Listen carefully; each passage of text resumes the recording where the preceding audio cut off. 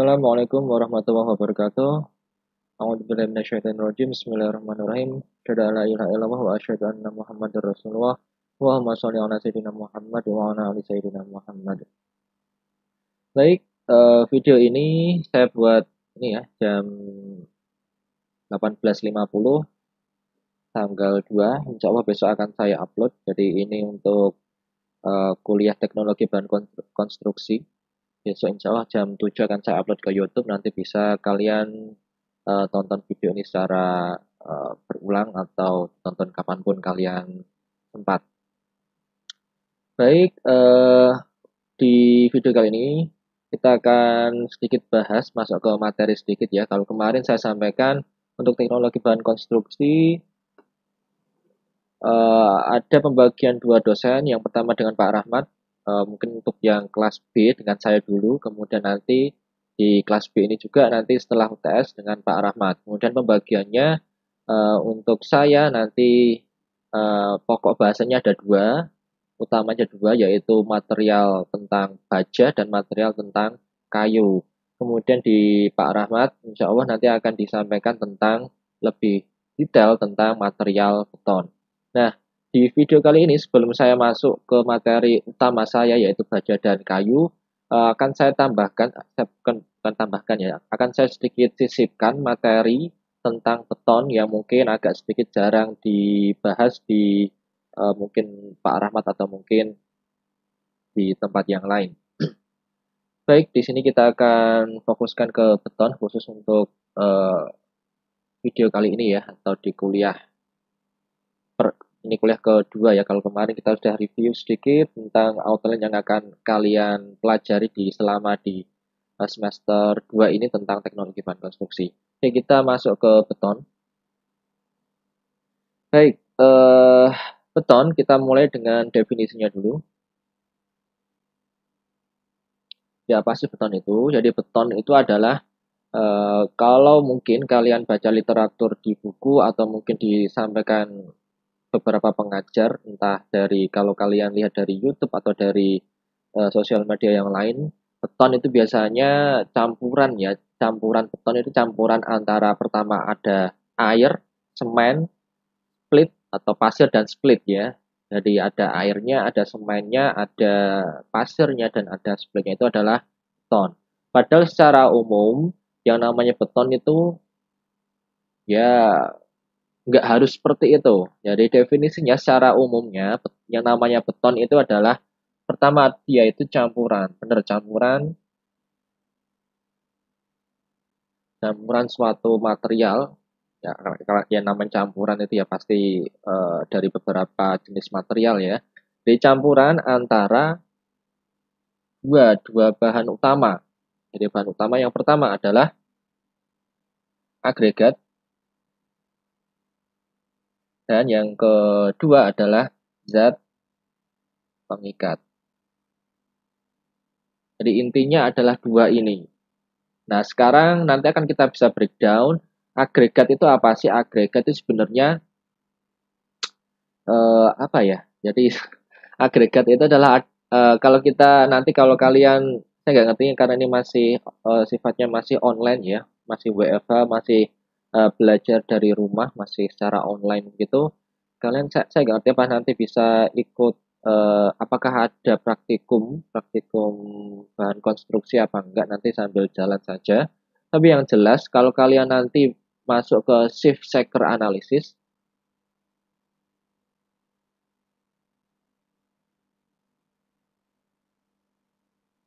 Jadi shift shaker analysis ini adalah shaker ya, jadi dia digoyang-goyang tapi ada shiftnya. Shiftnya itu adalah saringan.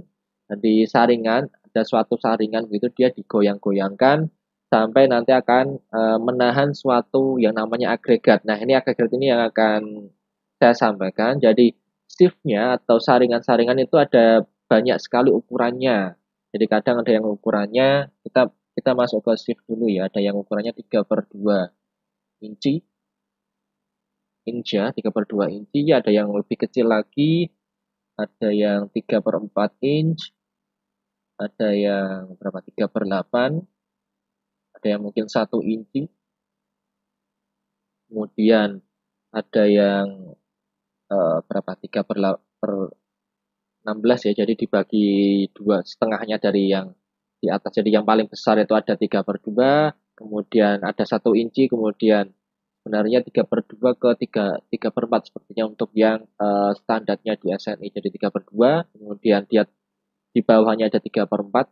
Saya nggak ngerti apakah ada satu saringan 1 inci atau enggak, tapi yang jelas di SNI itu yang saya tahu itu ya dari 32 ke 34. Jadi untuk apa namanya analisisnya, jadi 3/2, 3/4, 3/8, 3/16. Nah, mulai 3/16 ini udah mulai ada penamaan khusus. Ini bisa disebut, kadang sampai disebut saringan nomor 4. Ini mungkin akan lebih detail lagi dijelaskan oleh Pak Rahmat.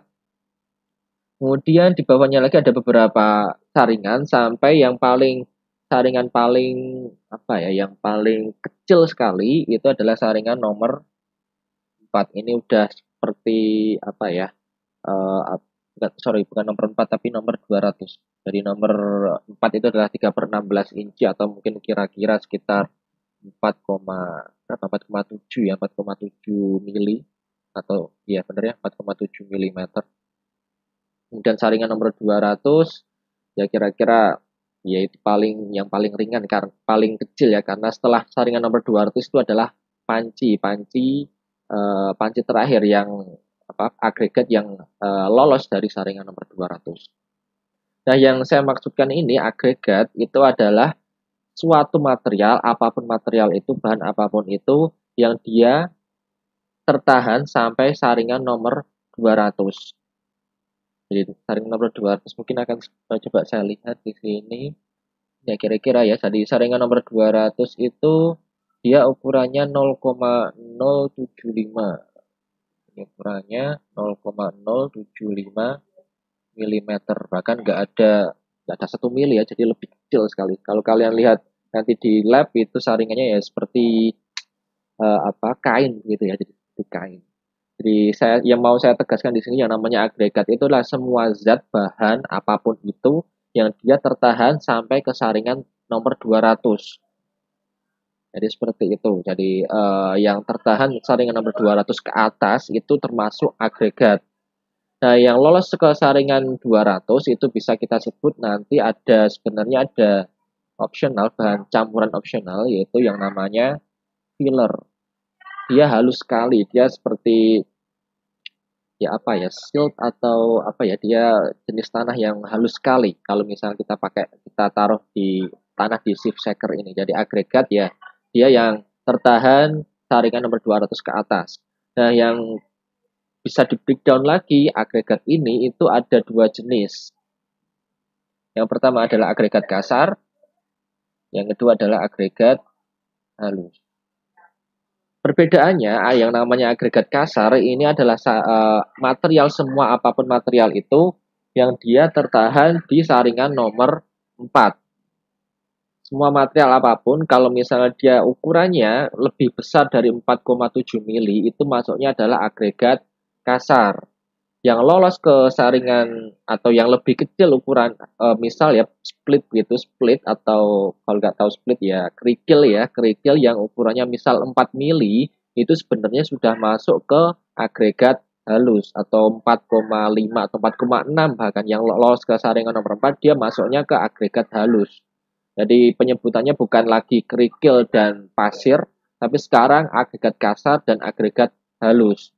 Jadi contohnya, pasir pasir itu adalah salah satu contoh dari agregat halus. Oke, kita mulai dari agregat kasar ya. Tadi contohnya untuk yang kasar itu adalah kerikil dan split. Jadi kerikil itu yang batu alami yang masih bulatan begitu, yang kalau split ya yang sudah dia dipecah entah itu manual atau pakai mesin. Jadi untuk contoh ini mungkin akan saya hapus ya. Nanti silakan kalian cari sendiri untuk ukuran-ukuran dari saringan di sieve shaker analysis.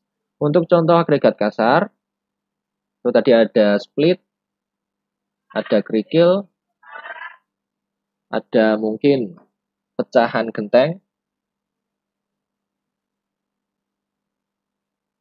ada apa lagi? Misal contoh ada pecahan-pecahan material yang lain ya, mungkin pecahan apa? Pecahan keramik atau mungkin ada bongkahan beton. Jadi beton yang lama yang sudah rusak begitu daripada dibuang dibuat lagi menjadi beton daur ulang, jadi recycle concrete. Jadi sebenarnya banyak, nggak harus split, nggak harus kerikil, tapi bisa kita pakai semua material asal tadi ya untuk agregat kasarnya dia tertahan di saringan nomor 4 atau ukurannya paling paling nggak yang 4, tadi 4,7. Jadi seperti itu. Itu contoh untuk agregat kasar dan saya yakin banyak sekali masih banyak contoh-contoh yang agregat kasar yang kita bisa gunakan sebagai campuran beton. Jadi seperti itu. Kemudian yang oke saya kasihkan contoh satu lagi mungkin satu atau dua ya. Jadi contoh untuk agregat kasar itu ada mungkin ada batu apung. Kemudian ada apa ya? Saya nyebutnya mungkin ini aja ya bola besi gitu ya. Atau bongkahan besi silakan. Nah, pemilihan agregat kasar inilah sebenarnya untuk pemilihan agregat ya, nggak hanya kasar atau halus.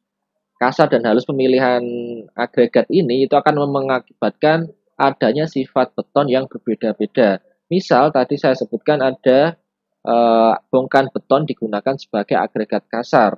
Maka sifat beton daur ulang yang terjadi itulah adalah nanti ya kira-kira hampir mirip dari kekuatan bongkahan beton. Jadi kalau misal bongkahan beton ini merupakan dari beton mutuka, nanti akan saya jelaskan sedikit, mutu beton K300, maka nanti hasil beton daur ulangnya ya nggak akan lebih dari mutu K300. Kemudian misal contoh batu apung kita gunakan sebagai agregat kasar atau mungkin yang ringan contohnya apa ya? Mungkin karang ya. Saya waktu itu karang itu berat jenisnya berapa? Nanti contoh aja. Nanti kalian coba explore sendiri. Misal batu apung kita gunakan sebagai agregat kasar di campuran beton.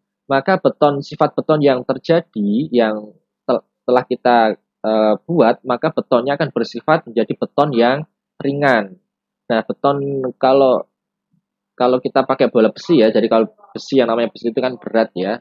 Oke, nanti kita coba masuk ke berat. Mungkin kemarin saya sudah sampaikan ya berat jenis beton sama berat jenis baja ya mungkin atau besi ya. Kalau kita buat bola besi sebagai agregat kasar, maka beton yang terjadi adalah menjadi beton berat. Jadi ada beton ringan, ada beton berat.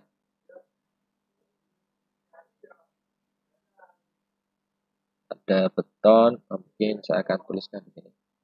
Ada beton berat. Di antara beton berat sama ringan ya mungkin kita pakai beton. Kita sebut saja beton normal.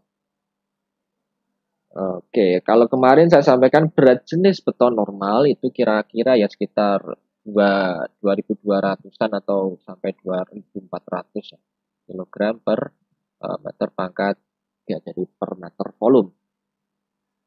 Kemudian yang dinamakan beton berat itu sebenarnya berat sama ringan itu kan relatif ya. Kita bisa sebut 2000 kalau kita orang biasa begitu nyebutnya 2,4 kilo atau 2 ton setengah ya.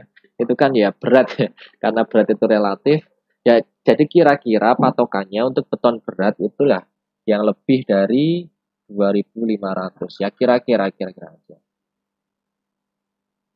2.500 ke atas. Kadang juga kita perlu bisa sampai 3.000 kg per meter pangkat 3. Contoh kemarin mungkin beberapa tahun sebelumnya ada kakak tingkat dari kalian melakukan suatu penelitian tugas akhir ya, membuat suatu campuran betonnya dicampuri ini ya untuk serbuk besi. Jadi serbuk besi digunakan sebagai agregat halus. Tadi saya sampaikan yang namanya agregat halus itu adalah yang lolos saringan nomor 4 atau ukurannya kurang dari 4,7 mili. tapi dia tertahan maksimal sampai saringan nomor 200, atau tadi ukuran 200 itu nomor 200 itu 0,075 mili. Jadi antara 0,075 mili sampai 4,7 mili itu adalah agregat halus. Jadi kakak tingkat kalian melakukan suatu penelitian gitu, membuat beton berat menggunakan pasir serbuk besi ya, serbuk besi begitu, hasil dari apa, workshop atau bengkel las gitu, saya nggak ngerti itu ambilnya dari mana. Akhirnya bisa mendapatkan berat jenis beton sampai 2.500 2.600. Itu adalah masuknya adalah beton berat. Kemudian efeknya tadi kemarin juga saya sampaikan juga, semakin secara normalnya ya, yang namanya material apapun di bumi ini atau mungkin di alam semesta ya. Secara umum yang namanya semakin berat beton atau semakin berat suatu material, maka kekuatannya cenderung lebih besar. Oke, makanya kemarin juga disampaikan dengan adanya peningkatan berat juga disertai juga peningkatan mutu kekuatannya. Jadi seperti itu. Kemudian ada beton ringan. Kalau beton ringan kisarannya ini juga masih fluktuatif. Kadang 1.800 juga cukup disebut sebagai beton ringan, atau bahkan ada mungkin dari penelitiannya Prof. Imam ya. Prof. Imam bisa membuat beton di mana berat jenisnya itu kurang dari 1.000 kg per meter pangkat 3. Artinya kalau beton itu berat jenisnya kurang dari 1.000, dia beton itu menjadi beton yang mengapung. Maka akan nanti muncul lagi teknologi, tapi bukan teknologi ya, teknologi struktur apung. Karena kita kan posisi kampus kita berada di zona rawan banjir begitu, banyak sekali rawa-rawa. Nah, struktur-struktur apung ini sangat penting dikembangkan untuk teknologinya. Salah satunya kita bisa menggunakan beton ringan. Tapi perlu diingat yang namanya tadi ya, yang saya sampaikan juga, beton semakin ringan maka mutunya juga cenderung berkurang. Itu yang perlu diperhatikan. Nah, makanya di teknik sipil kita harus cari material yang ringan, seringan mungkin, tapi yang sekuat mungkin. Itu adalah efektivitas struktur. Ya, seperti itu. Itu untuk contoh agregat kasar. Contoh agregat halus tadi ada pasir biasa, bisa pasir entah pasir kali, pasir dari Gunung Merapi gitu, atau pasir pantai. Silakan, itu termasuk agregat halus. Tapi pemilihan material itu akan berefek pada sifat dari beton.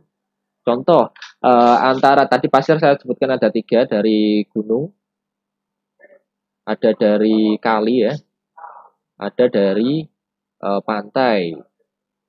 Nah, masing-masing karakteristik pasir di 3 lokasi ini itu berbeda-beda.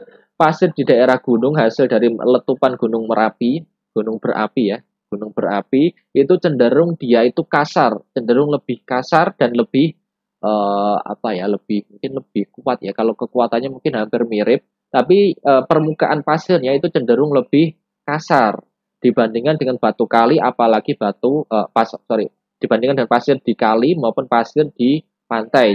Apalagi yang paling kentara mungkin di pasir pantai gitu ya. Pasir pantai, kalau kalian di pantai, kalian cek pasirnya itu lembut sekali. Nah, ini juga akan mempengaruhi kekuatan dari ikatan-ikatan antar material di campuran beton. Itu untuk pasir. Kemudian contoh lagi tadi saya sebutkan ada serbuk besi, boleh. Kemudian ada juga yang serbuk ya, serbuk kaca deh, serbuk kaca terserah. Atau kemudian kalau di sini serbuk kaca yang agregat kasar, bongkahan kaca, silahkan pakai aja kalau mau.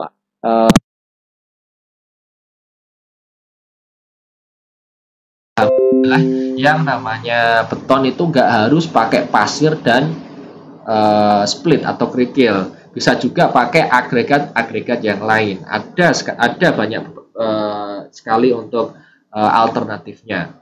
Tapi tetap yang standar SNI kita memang yang namanya beton memang harus pakai pasir dan pakai ya yang normal ya, pakai pasir dan kerikil, itu yang normal.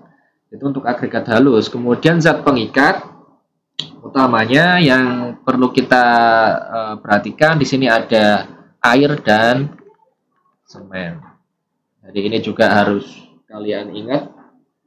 Kadang kalau ditanya kakak tingkat kalian gitu waktu dulu pendadaran, ya kita stop azan dulu ya. Silakan pause dulu.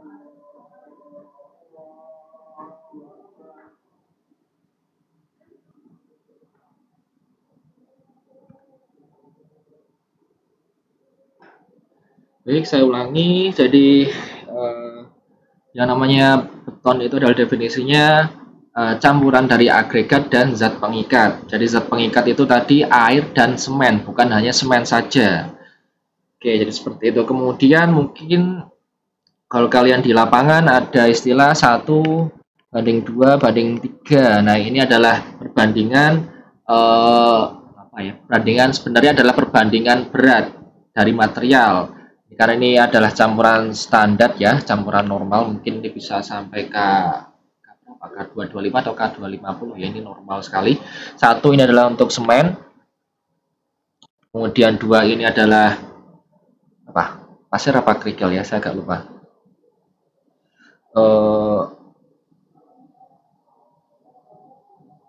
Biasanya yang banyak itu adalah yang paling kuat, berarti ini adalah pasir.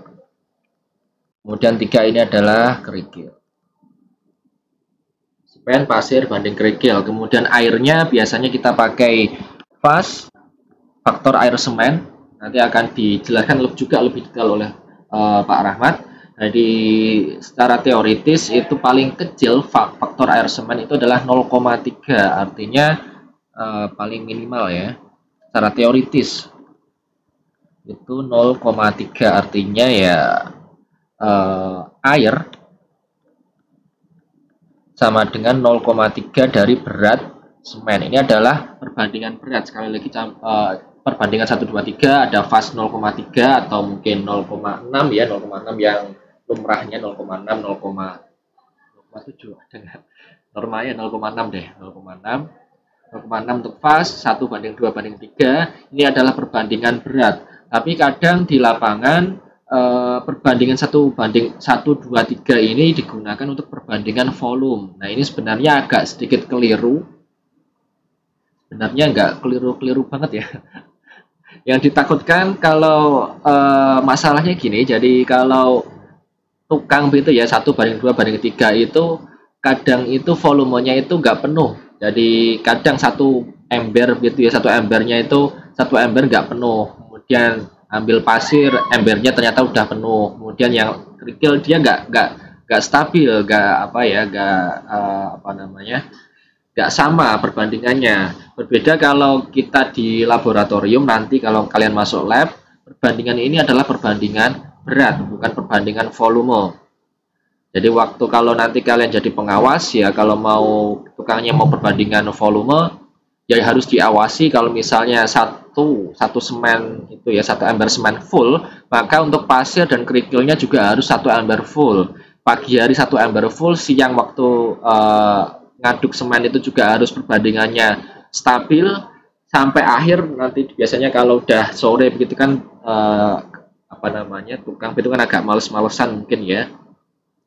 Mungkin perbandingannya juga akan menjadi tidak stabil lagi, itu harus perlu pengawasan yang ketat. Kemudian kembali lagi ke fast, minimal itu adalah 0,3 dan itu secara teoritis. Kalau kita di lab pun kita ambil faktor air semen 0,3 itu mungkin susah sekali. Paling kecil di lab itu mungkin yang saya temui ya di lab itu 0,4, itu udah susah banget, 0,4. Kadang itu betonnya udah susah banget untuk nyampurnya karena terlalu kental mungkin ya. Kemudian kalau di lapangan ya kalau pengen bagus 0,6, kadang ya mungkin kalau agak kurang bagus pengawasannya bisa sampai 0,7 atau 0,8, bahkan ada yang 0,9. Udah 1 ya itu kebangetan banget ya. Jadi faktor air semen, jadi ini adalah untuk campuran dari material-material untuk membentuk suatu material utama untuk material struktur dari beton. Yaitu tadi mutu ya, mungkin mutu biar Pak Rahmat, saya kira beliau akan lebih detail untuk menerangkannya. Jadi di sini mengapa kok saya harus terangkan seperti ini? Karena kita mainnya yang namanya kuliah kita ini adalah ada yang namanya teknologinya, bukan hanya kita bahas bahan konstruksinya. Dan kenapa kita bahas seperti ini? Saya breakdown satu persatu seperti ini karena nanti banyak di semester-semester selanjutnya, mungkin semester ini juga akan mulai ada banyak perlombaan-perlombaan tentang uji tekan beton, mungkin uji tekan beton atau mungkin uji apalah, bisa uji lentur, uji tekan atau uji ya apalah. Kadang juga dulu ada saya pernah untuk membimbing untuk kalau biasanya benda uji beton itu kan kalau enggak silinder ya apa silinder gini ya apa kubus ya, itu waktu dulu ada lomba di mana mahasiswa atau peserta peserta lomba itu harus membuat benda uji beton berupa bentuknya itu bola. Nah, ini kan kalau bola itu kan apa fungsinya? Ya mungkin untuk ya iseng-iseng aja lah. Jadi ya ada kuat tekannya, ditekan begitu, kemudian digelindingkan gitu dia seperti semacam kayak bowling gitu. Nanti coba sambil diikuti ada pengumuman di stay aja nanti di Instagram Prodi, insya Allah nanti akan ada kalau nggak di Instagram Prodi biasanya di Esfra nanti ada update untuk perlombaan-perlombaan khususnya tentang beton di tempat kita. Alhamdulillah beberapa kali juga mendapatkan juara di di ini ya kompetisi beton ini. Yang terakhir mungkin Pak Ari yang lebih hafal ya untuk apa namanya juara-juara kita. Nanti kita coba sambil pelajari lagi. Oke, sampai mana tadi? Ada teknologi ya, jadi ada kita disuruh untuk membuat beton ringan tapi mutu tinggi. Ada yang kita dibuat bagaimana cara membuat beton flow. Nanti ada beton flow. Semoga nanti diajarkan oleh Pak Rahmat. Jadi flow itu hubungannya sama yang namanya ini slam test. Slam test ini juga akan penting juga. Slam test. Slam test itu menggunakan kerucut Abram. Ukurannya berapa mungkin berapa ya? 10 apa 5 ya? 10 ini 20 tingginya 30. Mungkin kalau misal saya salah mungkin bisa dikoreksi ya 10 cm ya. Jadi kerucut Abram begitu, dia berlubang seperti apa trompet gitu ya. Yang atas ini ukuran kecil, diameternya kecil 10 cm, yang bawah ini ukuran diameternya 20 cm, tinggi kerucutnya begitu 30 cm. Nah, ini kemudian diisi campuran beton 3 lapis, kemudian dia diangkat apa namanya kerucutnya diangkat, kemudian campuran beton ini yang masih segar atau yang masih basah itu belum mengeras itu akan turun, ada penurunan. Nah, penurunan itu akan dihitung, itulah yang namanya slam test. Slam test normal biasanya penurunan slam itu kira-kira plus ya sekitar 12 ya, 12 cm plus minus biasanya dikasih dua toleransi 2 cm. Jadi antara 10 cm sampai 14 cm. Itu yang normal. Kadang kalau kita pakai rigid, struktur di rigid itu maksudnya perkerasan jalan beton ya. Itu selamnya bisa sampai selam 5 atau di bawah itu. Bahkan selam 0 itu kadang juga ada. Selam kemudian ada juga selam yang apa namanya mungkin selam 20 juga ada 20 cm. Ini untuk pengecoran menggunakan pompa itu biasanya mintanya petugas pompanya meminta selamnya harus 20 cm. Kalau rigid tadi selam 5 sampai 0 ya, 0 cm ini rigid. Ini untuk yang 20 cm tadi untuk pompa beton, karena kalau pompa beton selamnya rendah ditakutkan nanti akan macet di alat pompanya itu. Kalau membongkar beton lagi ya biayanya mahal juga. Kemudian ya ini selam 20 itu ini tingginya aja, tinggi kerucutnya ada 30. Kalau selam 20 itu kan encer sekali ya. Kemudian ada juga yang selamnya nggak bisa dihitung pakai kerucut Abram, namanya selam flow. Selam flow itu kan mengalir ya. Jadi caranya yang namanya selam flow itu kalau kita pakai kerucut Abraham seperti ini, ya selamnya ya mungkin selam 30 cm itu. Udah nggak bisa diukur kalau pakai metode yang normal. Caranya selam flow itu alatnya sama pakai kerucut Abraham. Kerucut Abraham. Abraham ini ya. Nanti coba sambil dicek apakah benar atau salah untuk pelafalannya Abraham atau Abraham. Ya, selam flow itu biasanya alatnya pakai kerucut Abraham sama, kemudian ya tapi dia dibalik, yang kecil di bawah, yang besar ini dia di atas. Jadi kira-kira seperti inilah. Jadi selamnya dia dibalik, kemudian dia diangkat, kemudian ukurannya bukan lagi penurunan, tapi beton, cairan beton ini yang selam flow ini dia akan membuat suatu menyebar menjadi semacam lingkaran gitu, lingkaran campuran beton gitu.